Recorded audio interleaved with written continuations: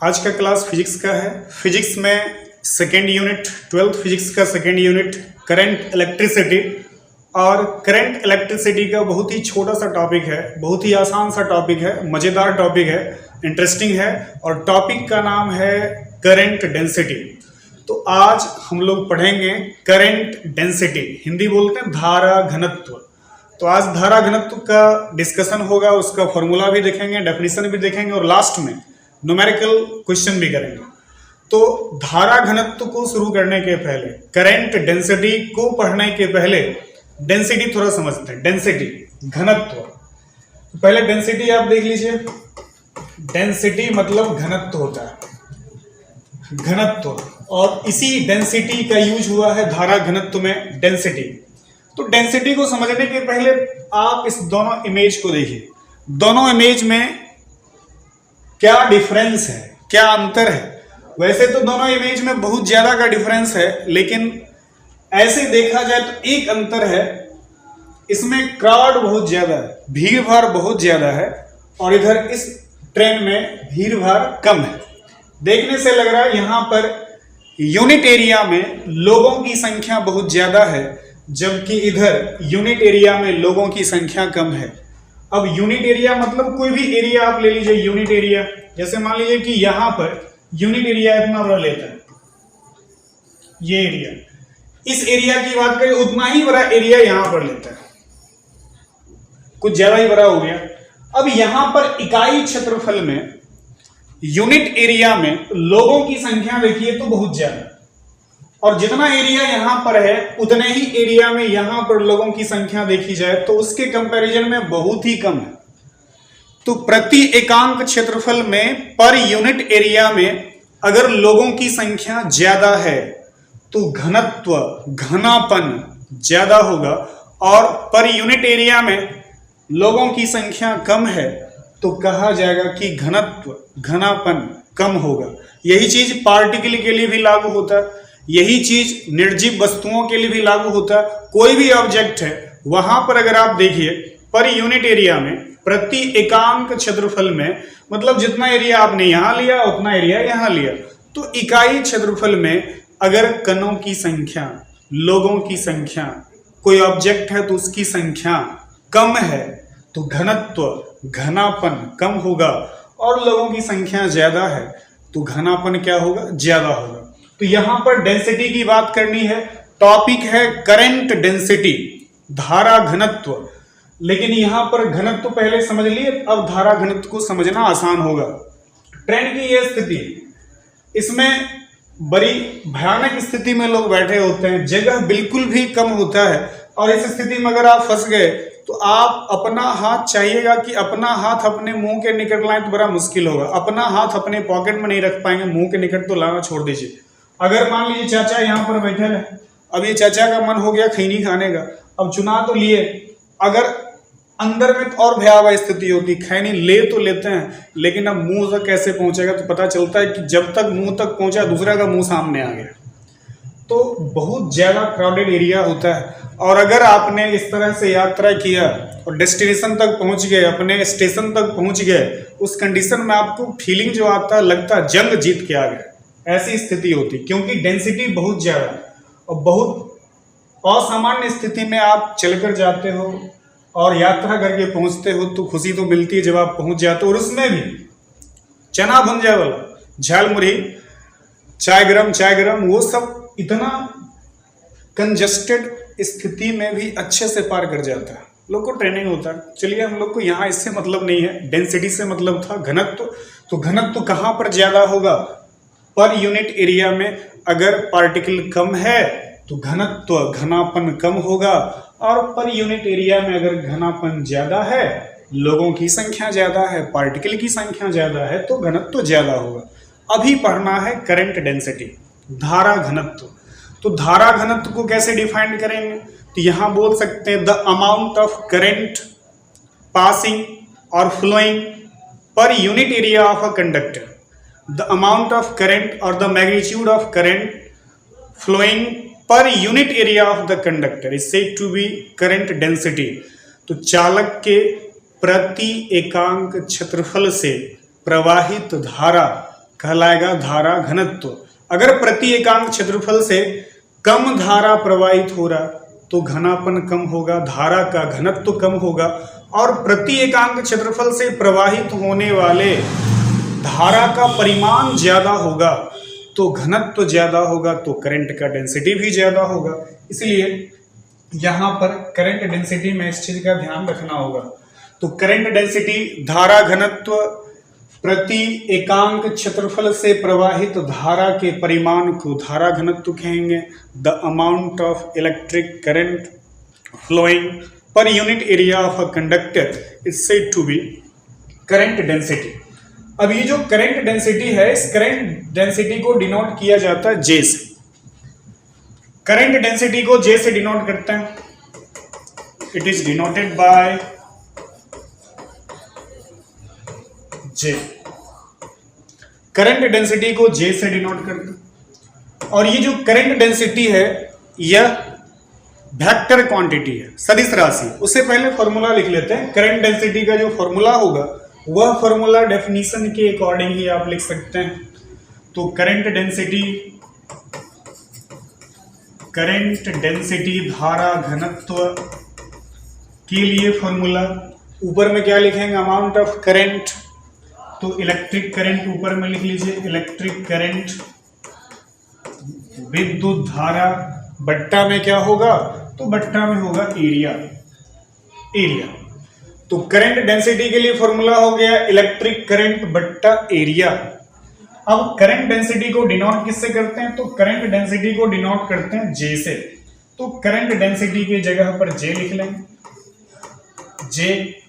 Electric current को आई से denote करते हैं, तो इलेक्ट्रिक करंट आई हो गया बट्टा में एरिया एस ले लीजिए। अब डेफिनेशन के अकॉर्डिंग देख लीजिए, the amount of current flowing per unit area, प्रति एकांक क्षेत्रफल से प्रवाहित होने वाली धारा क्या कहलाएगा, तो करंट डेंसिटी होगा। तो करंट डेंसिटी के लिए फॉर्मूला हो गया J बराबर I बट्टा S। अब यहां पर जो ये करंट डेंसिटी है यह एक सदिश राशि है, वेक्टर क्वांटिटी है। तो it is a vector quantity, यह एक सदिश राशि है। यह कैसी राशि है, तो यह एक सदिश राशि है, यह एक सदिश राशि है। और जब यह सदिश राशि है तो इसकी दिशा कुछ ना कुछ तो जरूर होगी, काहे कि वेक्टर क्वांटिटी में आप पढ़ते हैं कि मैग्नीट्यूड के साथ साथ डायरेक्शन भी होता है, तो इसका भी डायरेक्शन है। और जो करंट डेंसिटी का डायरेक्शन होगा वह डायरेक्शन कन्वेंशनल करंट के डायरेक्शन के इक्वल होगा।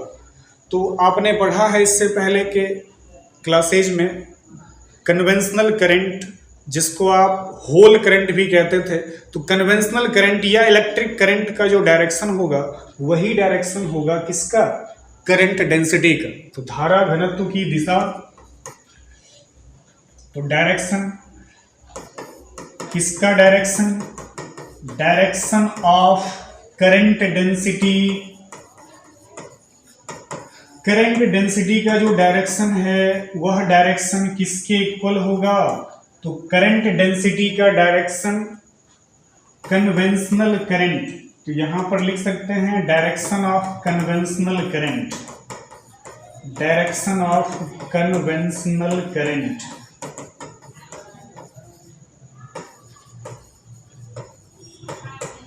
तो धारा घनत्व की दिशा किसके दिशा के बराबर होगा, तो कन्वेंशनल करंट या इलेक्ट्रिक करंट विद्युत धारा के दिशा के समान होगा करंट डेंसिटी का दिशा।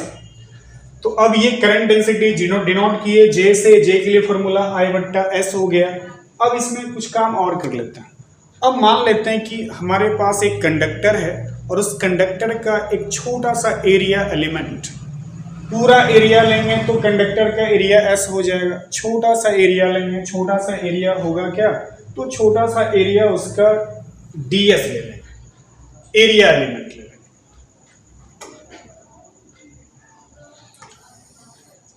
अब यहां पर एक कंडक्टर है,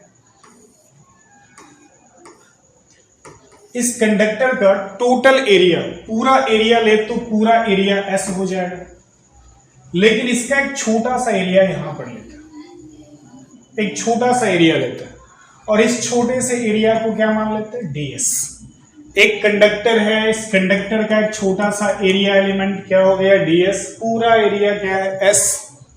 अब इससे करंट पास कराते हैं, तो जब ds एरिया की बात करेंगे तो पूरे एरिया से तो करंट बहुत ज्यादा पास करेगा, लेकिन इस स्मॉल एरिया एलिमेंट से, छोटे से एरिया एलिमेंट से करंट की बात करें तो जो करंट पास करेगा वो करंट भी बहुत ही कम हो।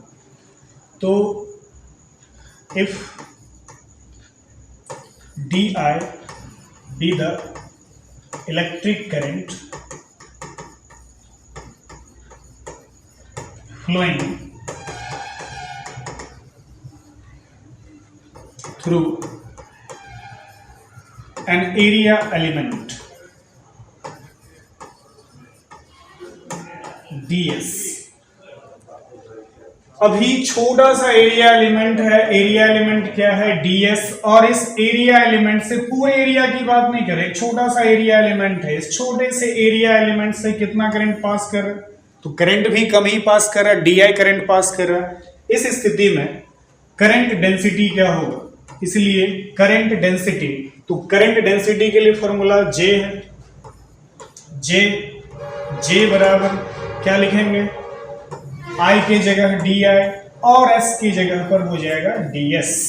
तो छोटा सा एरिया एलिमेंट, और एरिया एलिमेंट जब बहुत ही छोटा हो तो आप एरिया को वेक्टर मानते हैं, तो इस कंडीशन में अगर लिखा जाए di बराबर, तो di बराबर होगा J, ये छोटा सा एरिया एलिमेंट एरिया वेक्टर है, J ds।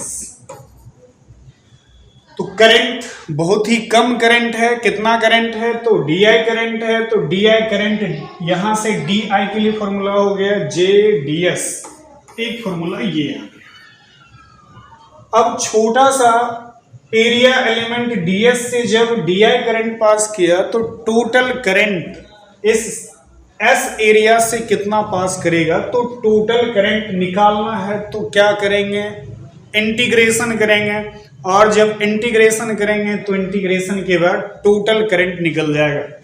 तब छोटे से एरिया एलिमेंट ds से कितना करंट पास किया, di, तो पूरे एरिया से S से कितना करंट पास करेगा। अब निकाल लेते हैं total current through the surface area of conductor,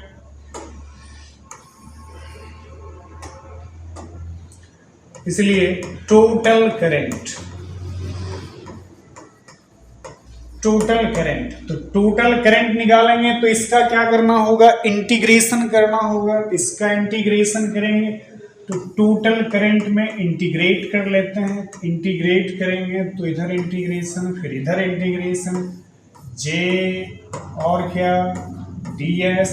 अभी जो इंटीग्रेशन करेंगे पूरे एरिया का करेंगे कि यह बहुत छोटे से एरिया का, क्योंकि टोटल करंट निकालना है तो पूरे एरिया का करेंगे, तो यहाँ S लिख लेते हैं, और ये S रिप्रेजेंट कर रहा है total surface area of the conductor, चालक का कुल पृष्ठीय क्षेत्रफल, और कुल पृष्ठीय क्षेत्रफल से कितना करंट पास करेगा, तो यहाँ पर एक स्टेप और लिख लेते हैं, इसमें di का इंटीग्रेशन क्या होगा, तो I होगा, तो di का इंटीग्रेशन I हो गया, इसको ऐसा ही लिख देते हैं, जैसा टर्म बाद में आएगा उस तरह से काम करेंगे। तो ये टोटल करंट इतना पास करेगा, किसी भी कंडक्टर से टोटल इतना करंट पास करेगा। चलिए इसको, इससे पहले कुछ नहीं माने थे, इसको फर्स्ट में, तो करंट डेंसिटी J से डिनोट किए, J के लिए फॉर्मूला I बट्टा S मतलब सरफेस एरिया, I मतलब इलेक्ट्रिक करंट। अब इसमें जो करंट डेंसिटी है उसका यूनिट लिख लेते हैं, जैसा कि J के लिए फॉर्मूला आपने J के लिए I बट्टा S देखा है, इसके अकॉर्डिंग इसका यूनिट लिखते हैं, यूनिट ऑफ करंट डेंसिटी।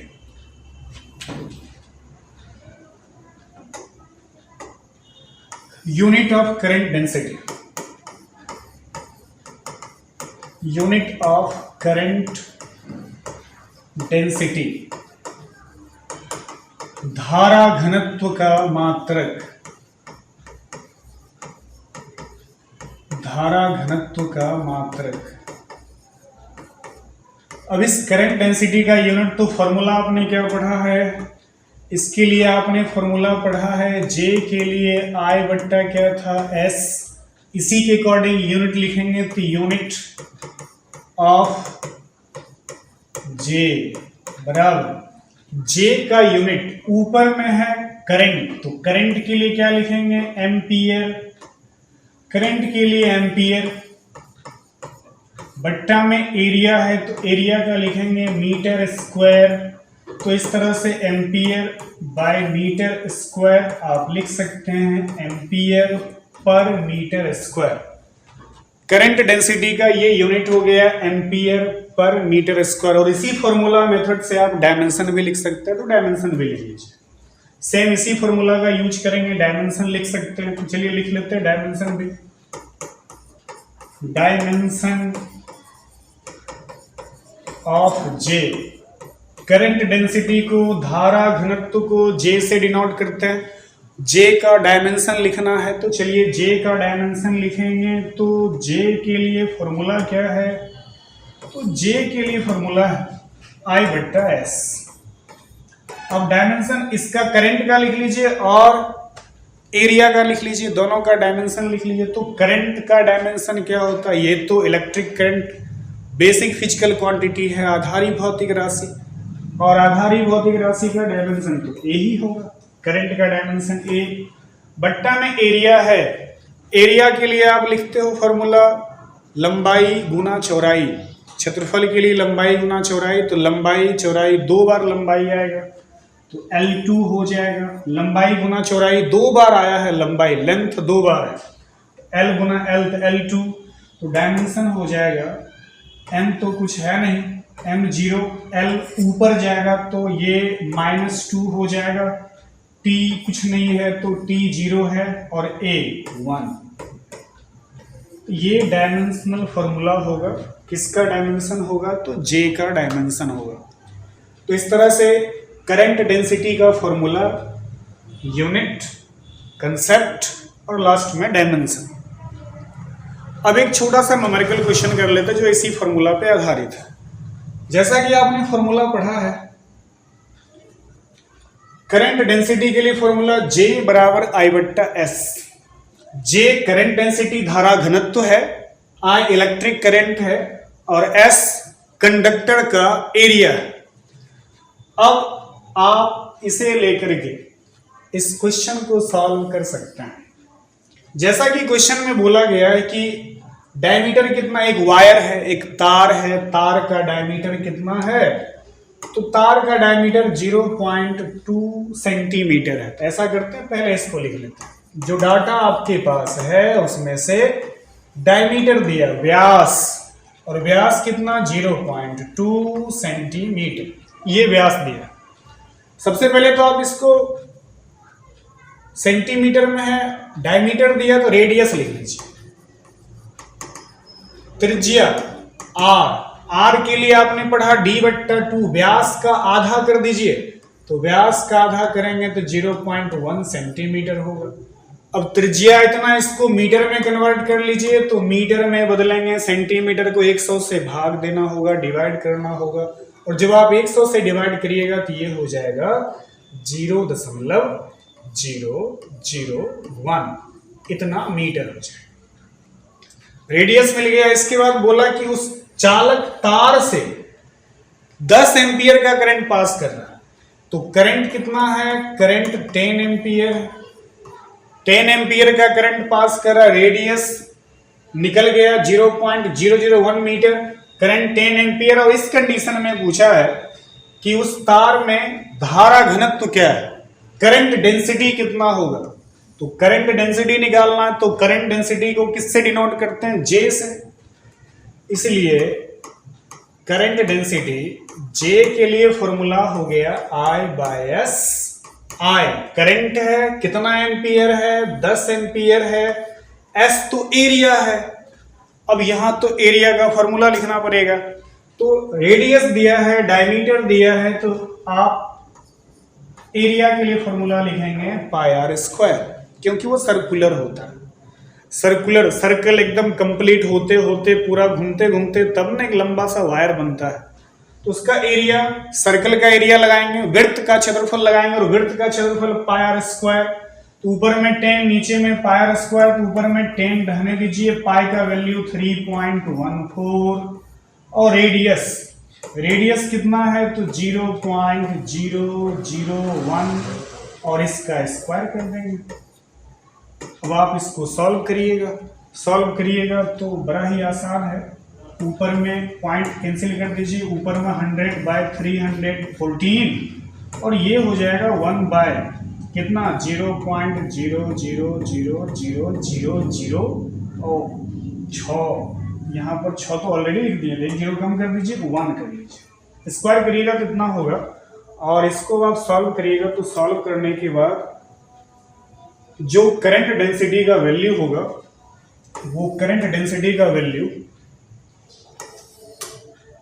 इसको सॉल्व करेंगे तो ये 3.18 into 10 to the power 3.18 into 10 to the power 6, इसको सॉल्व करेंगे तो 3.18 इंटू 10 टू दी पावर 6, और इसका यूनिट लिखना है तो यूनिट क्या पढ़े हैं, ऊपर में एम्पियर, नीचे में मीटर, तो मीटर पर मीटर स्क्वायर, यही आंसर। तो इस तरह से क्वेश्चन को भी सॉल्व किया जा सकता है। आगे से चूंकि बहुत सारा आपने फॉर्मूला डिराइव कर लिया है इस यूनिट में, तो आगे से प्रयास रहेगा कि आप पर डे कम से कम 2-3 टाइप का न्यूमेरिकल क्वेश्चन सॉल्व करें। तो अब अगले क्लास में देखते हैं न्यूमेरिकल प्रॉब्लम्स को और साथ में अलग अलग कंसेप्ट्स को भी। तो आज के लिए रखते इतना।